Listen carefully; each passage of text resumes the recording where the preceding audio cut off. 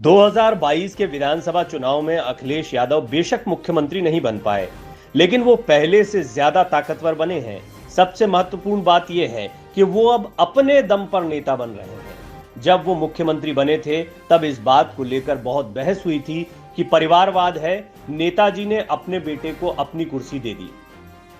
शिवपाल यादव भी नाराज हो गए थे। इन तमाम मसलों के बीच में मुख्यमंत्री रहते हुए अखिलेश यादव ने काफी कुछ सीखा और उसके बाद 2022 के विधानसभा चुनाव में प्रचार के दौरान प्रधानमंत्री मोदी और मुख्यमंत्री योगी आदित्यनाथ के अंदाज की काट भी ढूंढ ली।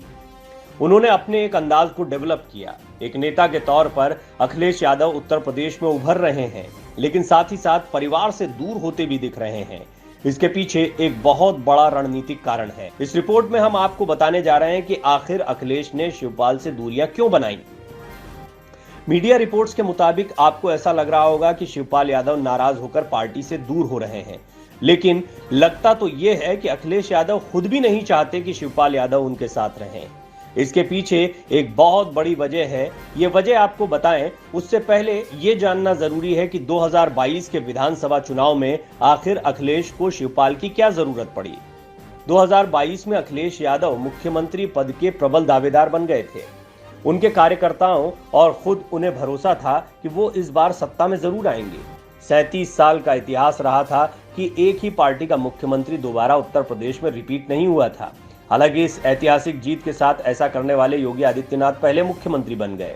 यही वजह रही कि हार के बावजूद समाजवादी पार्टी के कार्यकर्ताओं ने इसमें साजिश तक को देखा। उस वक्त अखिलेश यादव कोई रिस्क नहीं लेना चाहते थे और चाचा शिवपाल यादव का साथ भी उनके लिए जरूरी था। शिवपाल यादव अखिलेश की तरह ही एक बड़े नेता के तौर पर उभर कर आए। एक दौर था जब मुलायम सिंह यादव के राइट हैंड शिवपाल यादव ही थे और उनके पास बहुत ताकत थी, लेकिन अखिलेश यादव का राज आते ही वो सत्ता और पार्टी दोनों में किनारे हो गए। यही वजह रही कि उन्होंने प्रगतिशील समाजवादी पार्टी के नाम से अपनी पार्टी का गठन कर लिया था। इस पार्टी के साथ बड़ी तादाद में कार्यकर्ता भी जुड़े। शिवपाल यादव समाजवादी पार्टी के पुराने और बड़े नेता रहे हैं। ऐसे में उनके साथ समाजवादी पार्टी का एक बड़ा कैडर भी जुड़ा हुआ है।